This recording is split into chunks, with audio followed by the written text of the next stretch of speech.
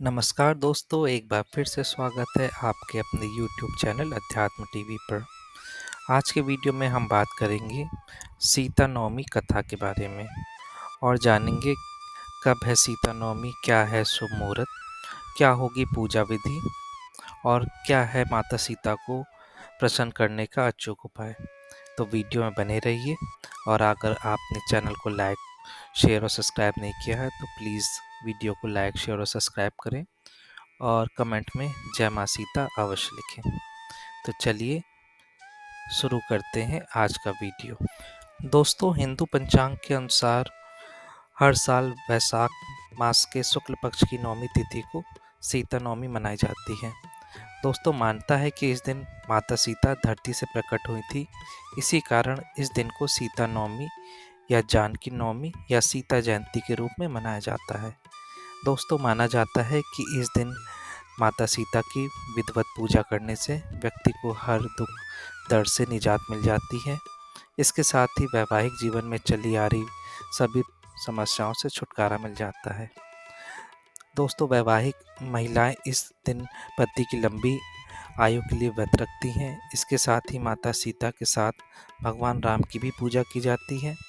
तो चलिए जानते हैं सीता नवमी की शुभ तिथि, क्या है शुभ मुहूर्त, क्या है मंत्र महत्व और क्या है सीता नवमी की कथा। तो सबसे पहले हम बात करेंगे सीता नवमी कब है।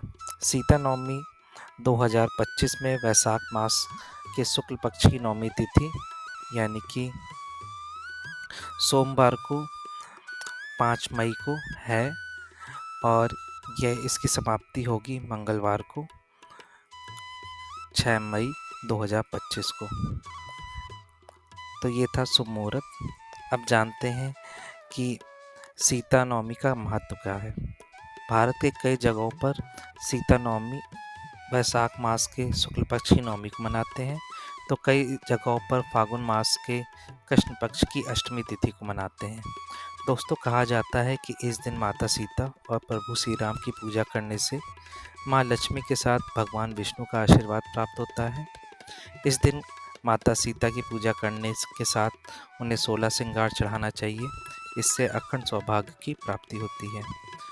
तो दोस्तों, अब हम लोग जानते हैं कि सीता नवमी की पूजा विधि क्या है। तो दोस्तों, सीता नवमी के दिन माता सीता के साथ प्रभु श्री राम की पूजा करने का विधान है। इस दिन सूर्योदय से पहले उठ करके नित्य कर्मों को निपटा लें और स्नान कर लें। इसके बाद साफ वस्त्र धारण कर लें। अब पूजा आरंभ करें। सबसे पहले आपको एक लकड़ी की चौकी में पीला या लाल रंग का वस्त्र बिछाकर माता सीता और राम की तस्वीर रखें। अगर आपके पास माता सीता और भगवान राम की मूर्ति है तो आप वो भी रख सकते हैं। इसके बाद बगल में एक कलश स्थापित करें। अब पूजा आरंभ करें। सबसे पहले कलश में जल, सिंदूर, अक्षत और भोग लगाएं। इसके बाद माता सीता और राम जी की पूजा करें। माता सीता को सिंदूर, अक्षत, फूल, माला, वस्त्र चढ़ाने के साथ 16 श्रृंगार चढ़ाएं और भोग लगाएं। इसके बाद प्रभु श्री राम को पीला चंदन, फूल, माला, अक्षत चढ़ाने के साथ भोग लगाएं। दोस्तों, इसके बाद आपको घी का दीपक जलाना है और धूप जलाकर सीता मंत्र, चालीसा, कथा आदि का पाठ करने के बाद माता सीता की आरती और श्री राम जी की आरती करते हुए भूल चूक के लिए माफ़ी मांगनी है। तो चलिए जानते हैं क्या है माता सीता को प्रसन्न करने का मंत्र। तो पूजा के समय आप श्री सीताय नमः या श्री सीता रामाय नमः मंत्र का जाप करें। ऐसा जाप आपको पूरा दिन करना है, जिससे कि माता सीता और प्रभु राम का आशीर्वाद मिलेगा। तो दोस्तों, अब जानते हैं माता सीता के प्रकट होने की कथा। वाल्मीकि रामायण के अनुसार एक बार राजा जनक के राज्य मिथिला में सूखा पड़ गया था। ऐसे में प्रजा के साथ राजा काफ़ी परेशान थे। ऐसे में राजा जनक ने ऋषियों से इसका समाधान पूछा, तो उन्होंने बताया कि अगर वे स्वयं हल चलाएं तो इंद्र देवता प्रसन्न होंगे और आपके राज्य में एक बार फिर से वर्षा होगी।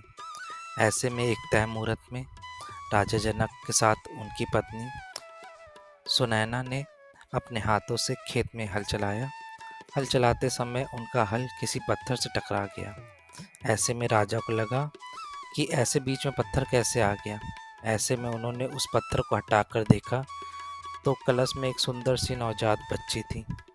राजा जनक निसंतान थे, इसलिए उस बच्ची को देख के वे बहुत खुश हुए और देवी सुनैना ने उस बच्ची को अपना नाम दिया और उसका नाम सीता रखा।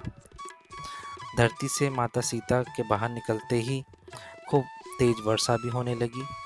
कहा जाता है इस दिन माता सीता धरती से प्रकट हुई थी। उस दिन वैशाख महीने की शुक्ल पक्ष की नौमी तिथि थी। तभी से इस दिन को सीता नवमी या जानकी नवमी के नाम से मनाया जाने लगा। दोस्तों, यह थी सीता नवमी की कथा। आशा करते हैं आज का वीडियो आपको अच्छा लगा हो। अगर वीडियो अच्छा लगा हो तो प्लीज़ चैनल को लाइक, शेयर और सब्सक्राइब करें और कमेंट में जय मां सीता ज़रूर लिखें। आज के लिए इतना ही।